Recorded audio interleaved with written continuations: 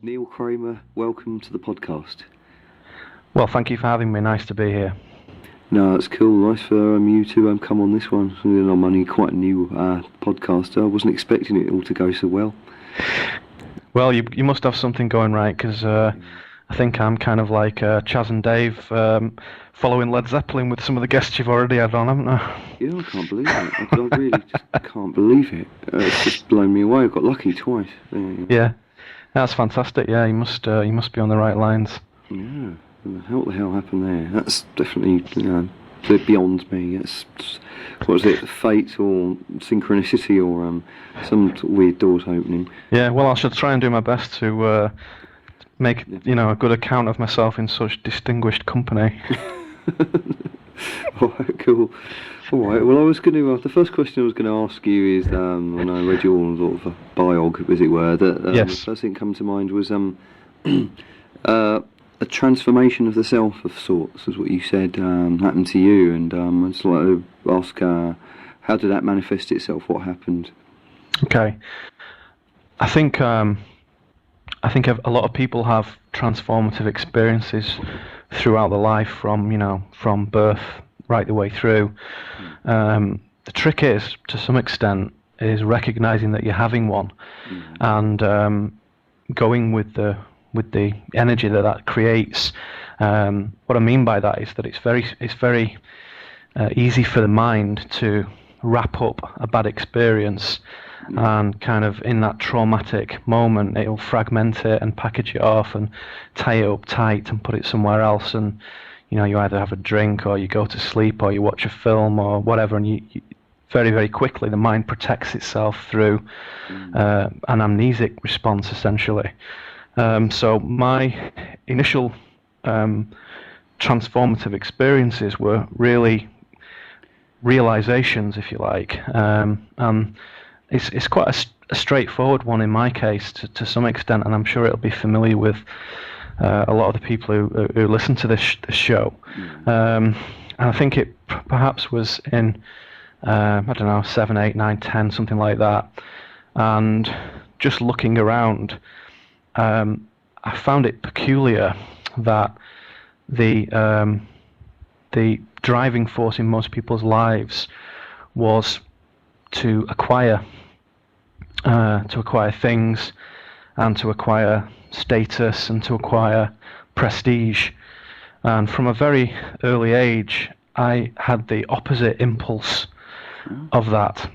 And my impulse, before I understood what it meant and how to articulate it, was to get rid of things, was to shed things, and to kind of tread lightly, as the sort of Native Americans might say. Yeah. And when you live in a Western society, particularly in England, it's very unusual and very unpopular way to behave. Oh yeah. Yeah, because people have expectations of you, and even if you're in a sort of working class or middle class environment, anybody kind of under 40, they really blend into each other, those two stratas these days, and they have done for a long time. So it's, the aspirations of the middle classes and the working classes at the moment are very similar. So that meant that when you're at primary school and go to secondary school or high school or whatever, there was a pressure to conform, and it came from the peer group of the other students, and it also, of course, came from the teachers and the parents and the adults, in inverted commas. So before any philosophy or spirituality came into it, it was just the whole idea of acquisition and of gathering supplies, basically, was just a sort of anathema to me, and I felt that I didn't want to participate in that. So it was a good few years on when I began to rationalise that and understand what that meant, and that it was quite a, as I would feel of it now, quite a noble impulse. But when you're, when you're 12, it's a nuisance. Yeah, no, I can relate to that, because I remember, if you like, when I was a kid, all these sort of trophies of bling that everyone had to be into. Yeah. I don't know, I found it quite vulgar and shallow from an early age as well. Yeah. I didn't mind breakdancing because that involved skill, and that looked good because it involved some skill. It was like a form of self-expression. But as soon as everyone started wearing Nike and Adidas, and they had to have names written all over them, and boast about how expensive all their clothes were, it just seemed like some kind of fascism. Yeah, I remember that. I remember actually being on holiday once. And I don't know if you remember talking about kind of brand names when the what do you call it? You know, the Sergio Tacchini kind of makes came out. Do you remember that? Yeah. Oh bloody hell! They look garish as Yeah. well. And what's that little alligator logo thing? What's that was called? What was that? Oh, wasn't it? Lacoste. Oh yeah. Yeah. And I remember, you know, if you wore a kind of yellow or blue or black or white polo shirt, it just didn't mean shit unless it had this little logo on, which again, you know, at a young age, I just found most peculiar. And if you fast forward, you know, 10 years, nothing really changed from that. So I think what I was starting to perceive was that, you know, as an infant, you know, what you have is, you know, you have your toys and you have your food and your sleep and this and that, and that, you know, transmutes to having a car and a house and money and a gold watch and a, you know, diamond toothbrush, early whatever. Indoctrination into all that stuff, isn't it? Yeah, well, yeah, kind of, but understandable. And then as you get a little bit further through the system, it shifts from what you have to the more prestigious of what you do. So, you know, you have everything from kind of, you know, cleaning the toilets to being a barrister or a brain surgeon, and everybody wants to push up to the top end of that scale. But also what you do encompasses, you know, do you like football? Do you like to play golf? Do you watch TV? Do you like to eat out in restaurants and so on? So this prestige and this status, again, I found acquisitional, and although it wasn't necessarily a tangible thing, it seemed nobody was addressing the fundamental thing, which is what you are. Yeah. So you are human. You have a mind. You have a body. You have a spirit. And I don't think I knew anybody who was living and breathing at the time who was addressing that.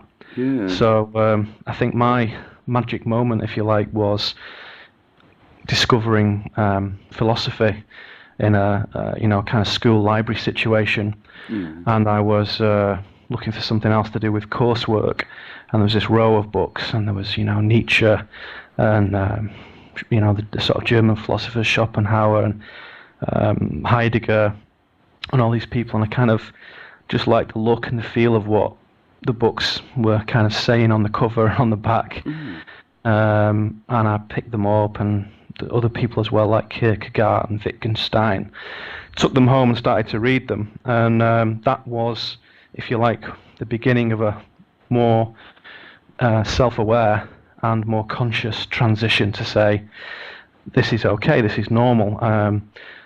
The difference between me and the people who aren't doing this is that they are less conscious.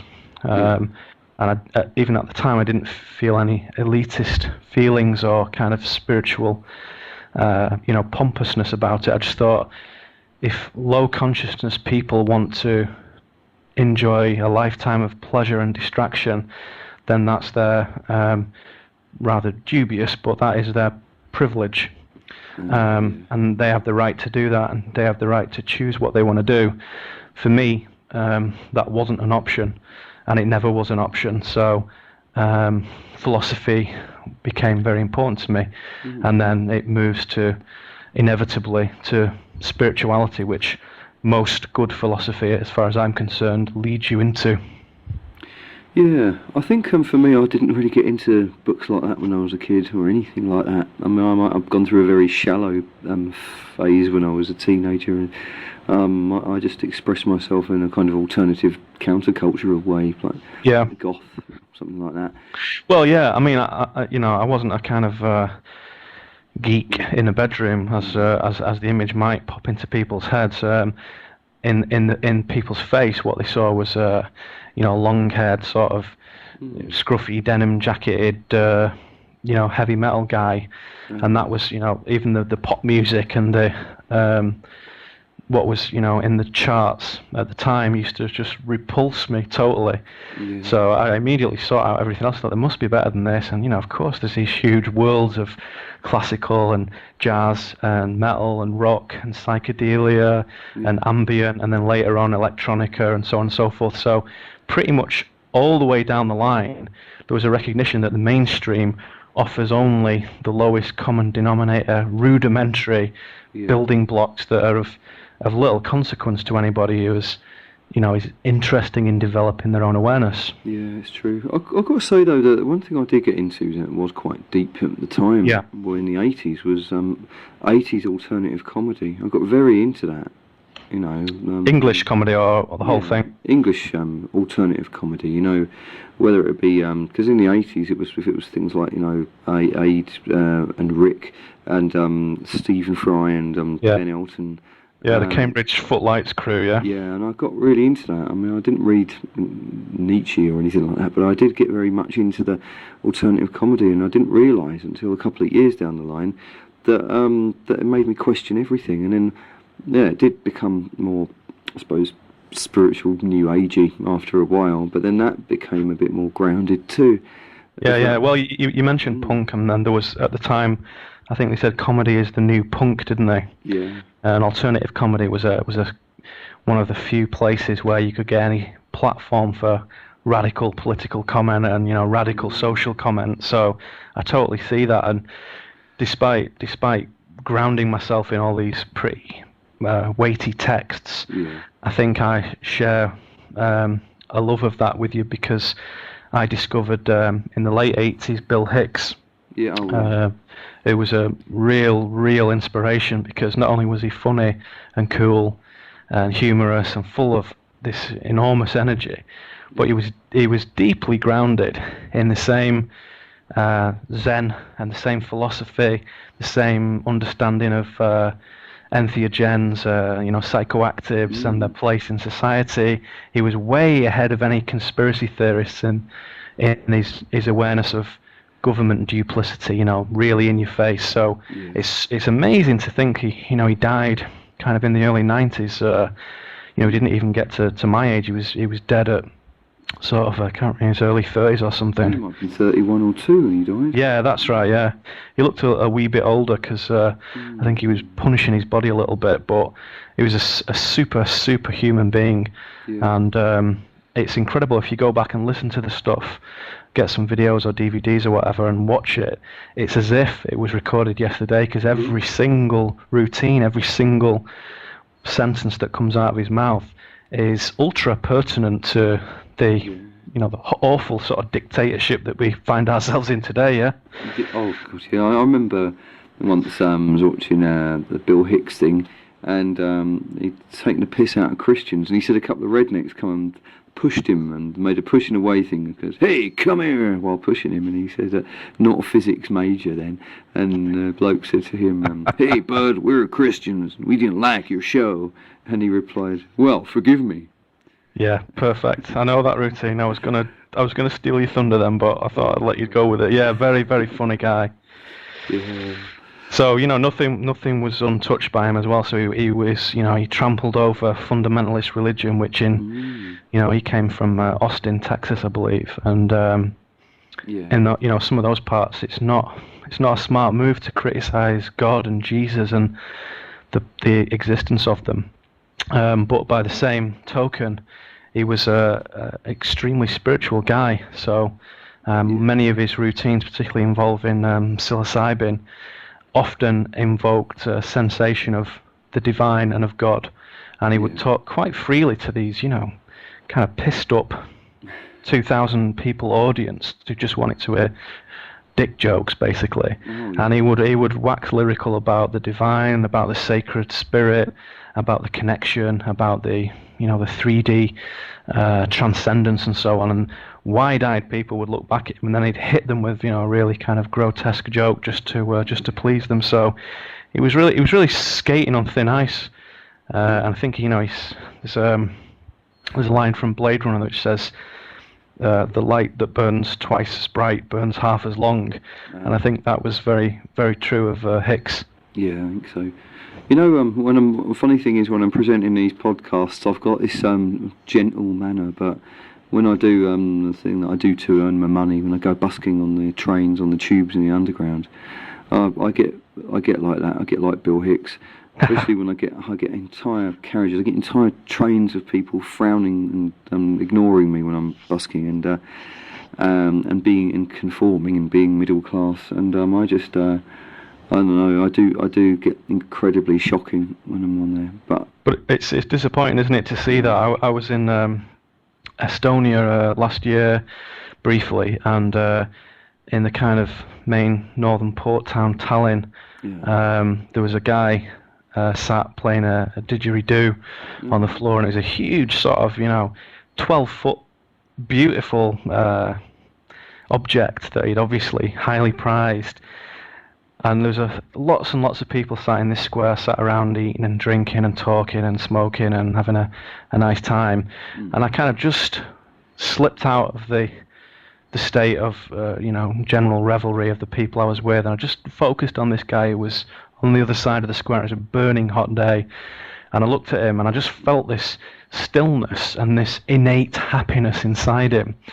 And I just felt that of all the maybe 1,000 people in the square, that he was the only person who was actually truly present and truly there. And so I went over and put some money in his cap, Oh, cool! I think Didge is a good instrument for that, because you can all those envelope filtering tonal changes. You can just listen to. I'll take your word for that, yeah. Yeah, well, sorry, I'm a bit Terence McKenna in my use of language, but it's that's no bad thing, is it? No. Well, I'll say that when I go busking, I jump in and out of the trains and I get them captive. But one thing that I do get a lot of is incredibly miserable people say to me, "Oi, get a job. Go, at least I work for a living."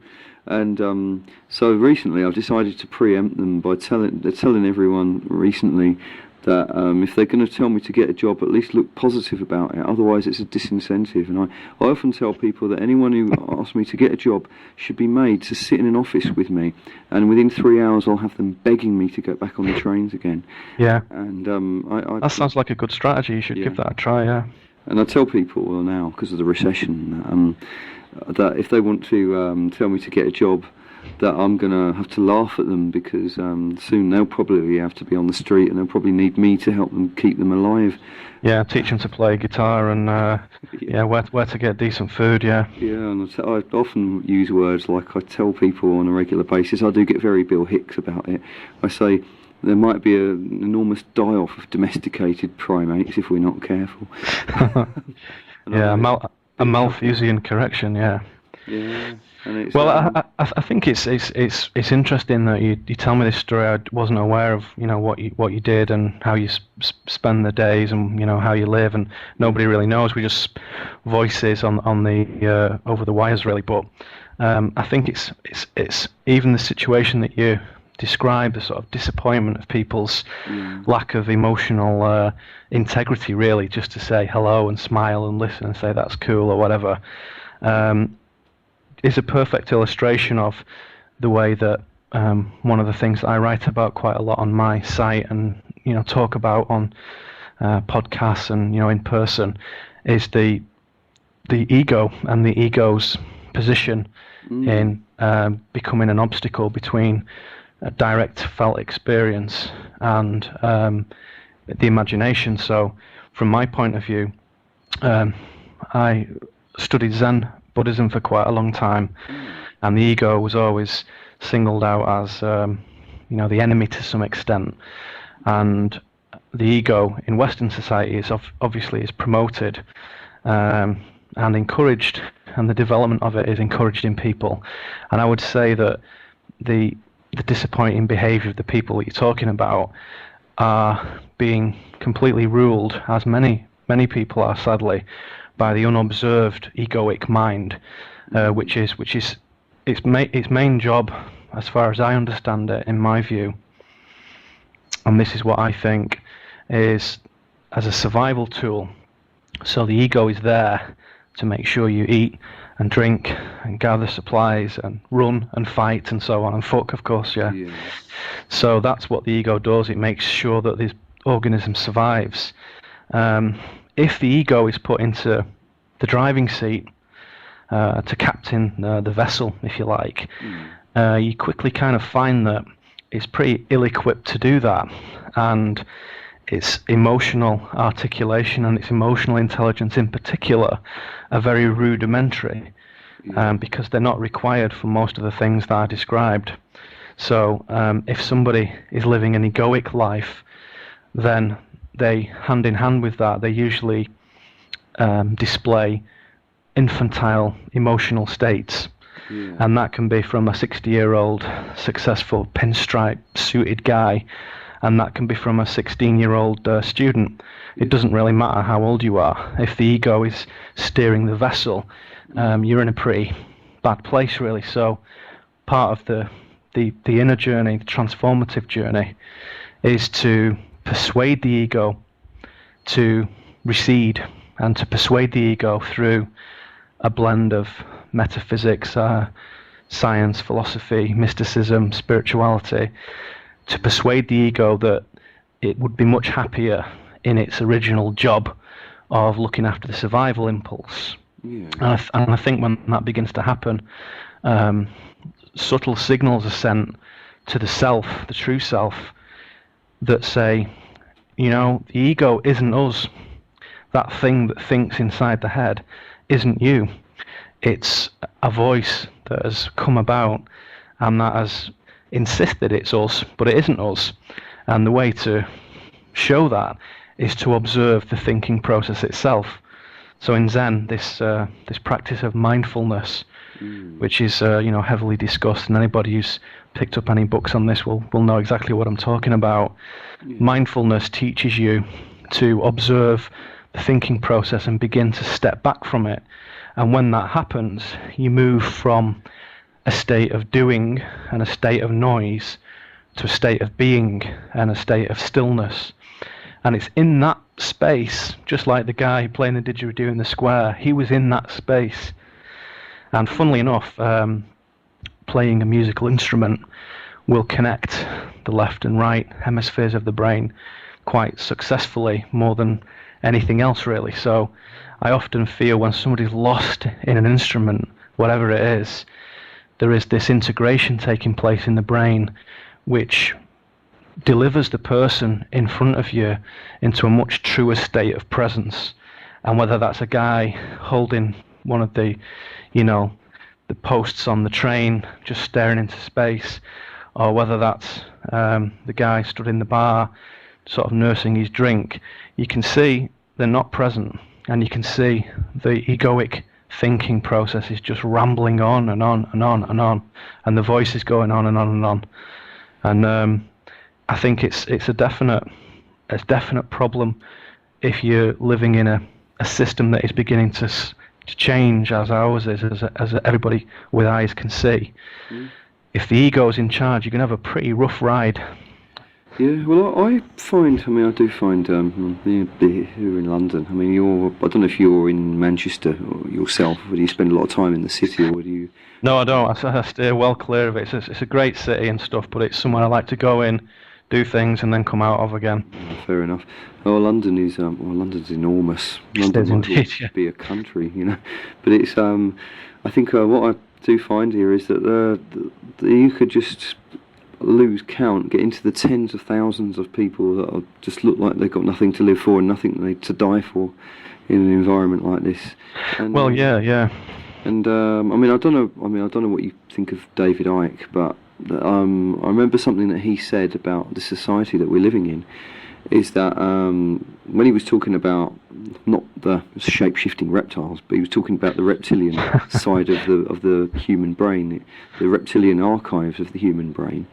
That when it comes to having to pay your mortgage, or when it comes to having to pay your bills, and just not get the sack from your job and all of that, that the whole purpose of it all is to focus you so much on surviving and surviving only, in the way that say animals that are reptilian, they just all they think about is surviving, and empathy would not come into it, and so as a result, it wouldn't have any. There would be no scope for refinement of the person, because all you're trying to do is to survive, and then combine that with the distraction addiction, bling status, and vanity of the ego. This society seems, anyway, deliberately engineered to keep people in that. Well, yeah, I think David Icke is a super guy. Actually, I really like him. I think it's dangerous if somebody becomes an Icke follower, because I think sometimes he can focus too heavily on the dark and the fear impulse.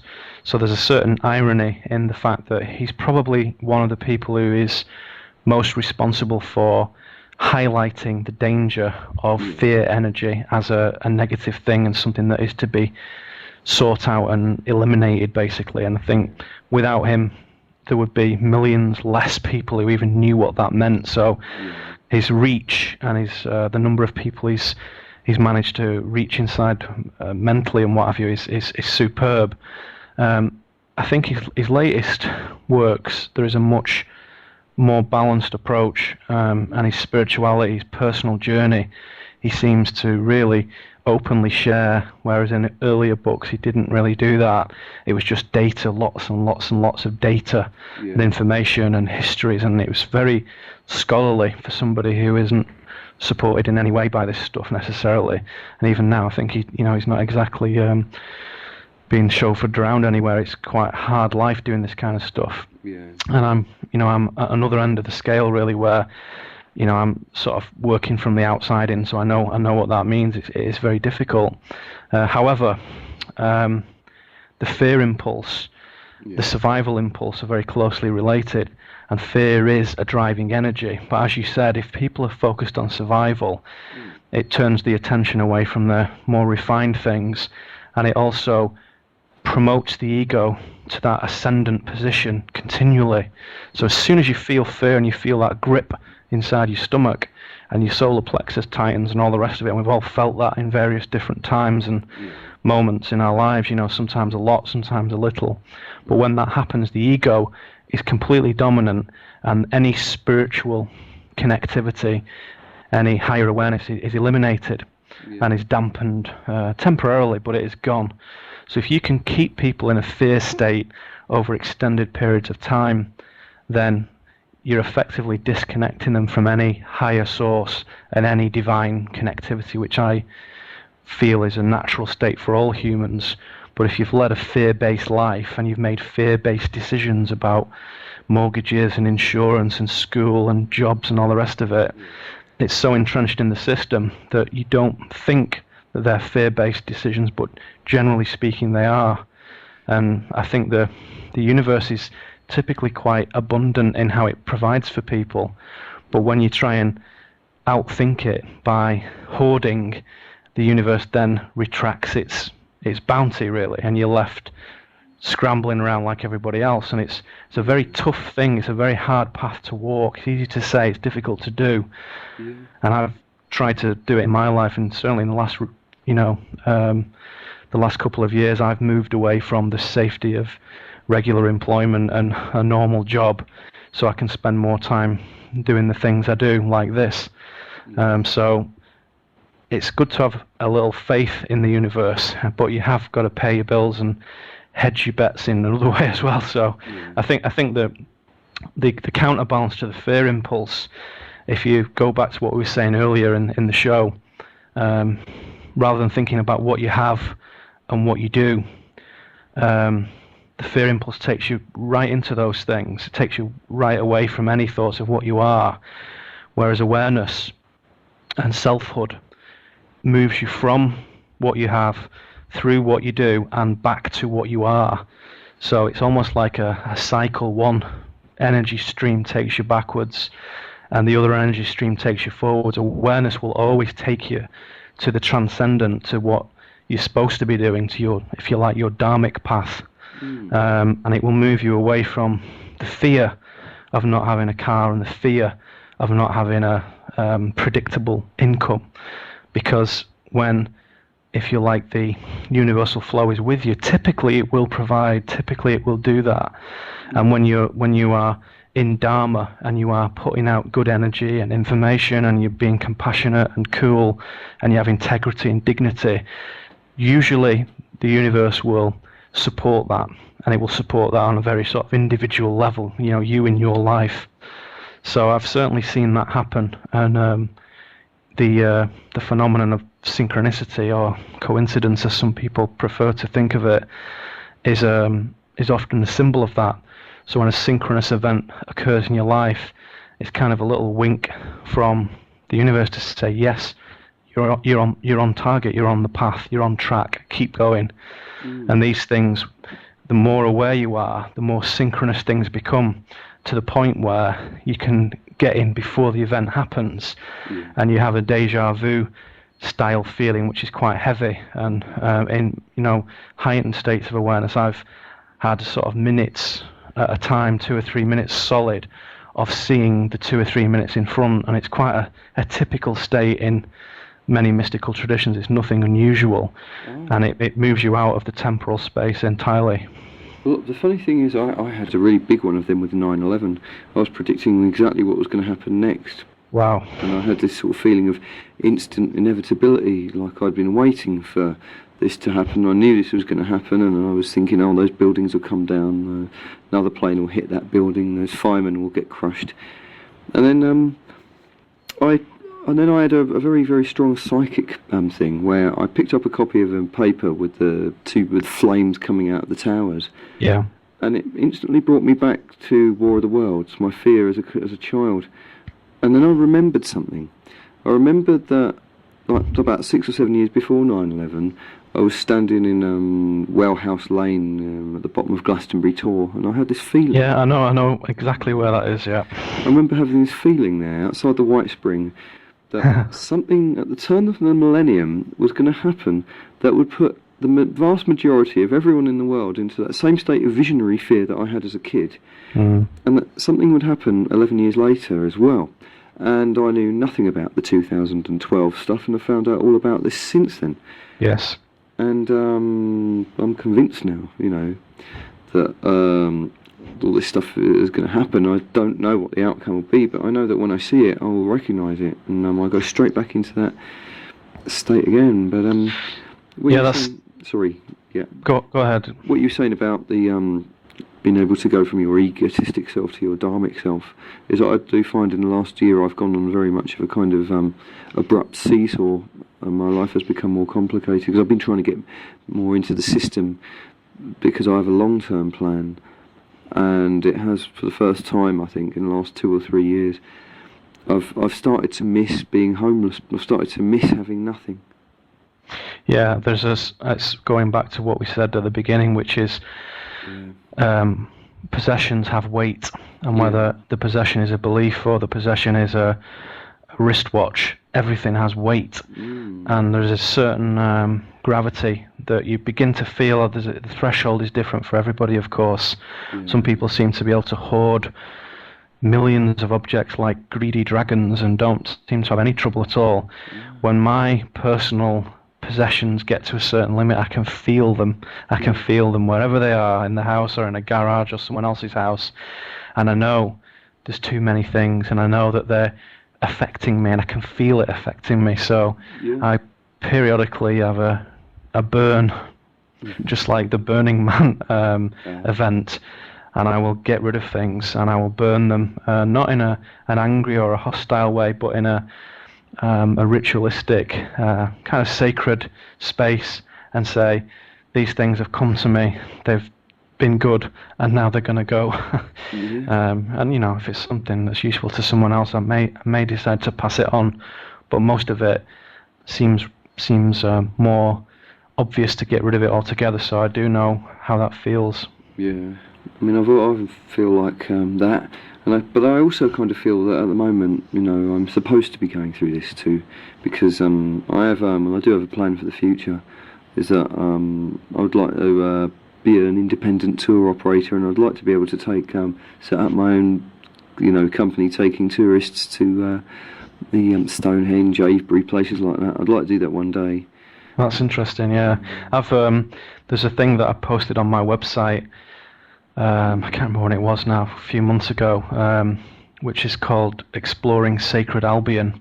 And the past few summers I've spent time in Somerset and Wiltshire looking at crop circles and stone circles and Avebury and all the rest of it, and met a lot of interesting people down there and became friends with them, and also took one of my own sort of cherished friends down there, and we did our own research.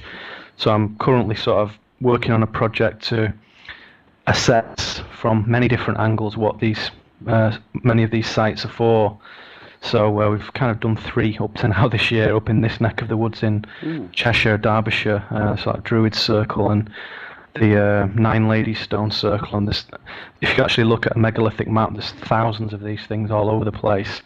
And there's densities in, particularly in Wiltshire and Somerset, as you probably know, but also in Anglesey and in Derbyshire and some in Staffordshire as well. So the unusual thing is, as anybody who's sort of prosecuted any project on this and gone really far down, is you begin to discover that a lot of the sacred sites where there are alignments have been built on by churches. So a lot of them have disappeared, and it is only where there is really difficult geographical conditions where that hasn't happened. So rather than the sort of 2,000 or 3,000 that there probably are, there's probably more like 50,000, but many of them have been built upon. And that comes back to this energy flow thing and this kind of awareness movement, where I think that in many of these places you have a kind of geo-psychic energy uprising, and in some places you have a geopathic kind of plug hole situation. So it depends, how you cut the cake as to which is what. So some of the more famous ones, and I won't say which yet because I'm not completed my own research, but you can go to some sites and walk away with like an empty battery and come away feeling completely listless and drained, and all your humour and all your spark has left you. And you can go to other places, and these aren't necessarily the big ones. These are some very modest and very unassuming sites, and it's like you've recharged completely and totally, and you realise that for the last 18 months you've been operating on 50%, and when you come away from the site you realise you're back up to 95, and you don't realise, it's kind of like if you go on an aeroplane and your ears pop, and then they don't unpop, and you've kind of been deaf for 6 months, and then you go up a hill one day and they change again and you realise that you've just reacquired a large percentage of your hearing, Yeah, I get that from Avebury. I mean, I get that really strong from Avebury whenever I go there. I have had times where Avebury... What, an energy pulse or an energy drain? Well, it has gone either way for me a lot. In the past, when I felt like I was losing myself or was at a low, I'd feel that energy would leave me open, that Avebury would leave me open to dark forces. But if I went to Avebury and I, was feeling grounded and centred, likewise, I would feel that it would make me feel incredibly super strong. It could go either way, but there was a time, a few years back, where it felt like a lot of very dark people were going there, and Avebury just seems to be an amplifier. That's the sort of way I could describe it. It's an amplifier of whatever's there. Yeah, that's very true in my experience too. It's if you feel vulnerable, it's a bad day to go. It's a bad time to go, isn't it? And if you feel kind of sparky and powerful and up for it, then that will be amplified too. So you have to be careful of your own state before you go in there. And also I find with Glastonbury as well, is that if I'm around the Tor, Wellhouse Lane, that sort of area, or I go around, walking around the countryside around there, I always feel amazingly good vibes around there. But the negative people, if you like, the more sort of crusty, junky brew crew that have moved into the high street have become a conduit for its malevolence. Yeah, that's very, very interesting. I was on a program a little while back, and one of the things we talked about was polarity of consciousness, and essentially how the illumination and the light and the coolness is getting better, and the dark and the ignorance is getting worse. Yeah. And I kind of set that against a backdrop of Glastonbury, and I went to attend some lectures at the symposium last year, and also did some crop circle research with a friend, and spent a good bit of time down there, and I felt exactly the same thing in that just that spot near the cross in the centre where there's the pub where they all sit outside. Oh, yeah. There was this kind of malevolence emanating out, resonating out from them, and it seemed to be in the opposite resonance field to what I was doing, which was feeling energized and enlightened, and I was learning, and I was humble, and I was I was balancing my ego to make it go down. They were the opposite. They were imbalanced, they were egoic, they were just looking at everybody and staring people down, just like kind of bikers in a B movie. Yeah. It was almost comical, really, and I was tempted that if anything would have occurred to say what's occurring, this is completely unnecessary. So it's a very unusual thing. I did feel that, so I think the polarity and the lack of resilience of communities can be seen in that. So one wonders whether if one portion of the collective gets higher levels of awareness and higher levels of understanding, does that move the energy from the other part of the collective and leave them with less? It's not clear to me yet, but it certainly was very observable in Glastonbury in 2008. You could see it every night, and when we were in the pubs and stuff, and there was no unpleasantness. It was just a feeling, Yeah. And then another night, you wouldn't see anybody, and everyone were laughing and joking and music, and it was beautiful sunny evenings and so on. So, but just a few times, if you look for it, you could see it, but more heavily, you could feel it pass through your body. This field as you walked into it. So, yeah, it's funny you say that. Yeah, I did feel like that, and often I'd have other times when I'd be in Glastonbury where you'd get, how could I say, what I refer to as the more sort of snotty, middle-class, pseudo-alternative people that like to jump on bandwagons when they're there, and they'd often be really sanctimonious and superior and whatever it is that they're pretending to be while they're pretending to be what they're not. On sometimes I'd be there and some idiot would just come up and start shouting at me for something that I was doing, and but then usually when that happened, I was usually sort of a bit vulnerable or a bit spacey or a bit impressionable at the time, and I mean, it was in my early to mid 20s at the time. I was smoking a lot of grass, and I kind of felt that, it would often use people as that sort of conduit. But then at the same time, I've been there other times, and I had nothing but amazingly divine experiences, meeting only the right people. Yeah, I think Glastonbury is a place of transformation and a place of acceleration, and a lot of what I would consider kind of catalytic experiences go on there. So the year before, I spent some time in Glastonbury as well, and when I came back, I left my job, moved house, got rid of my car, and changed lots of kind of what many people would consider fundamental parts of your life in the space of a few weeks.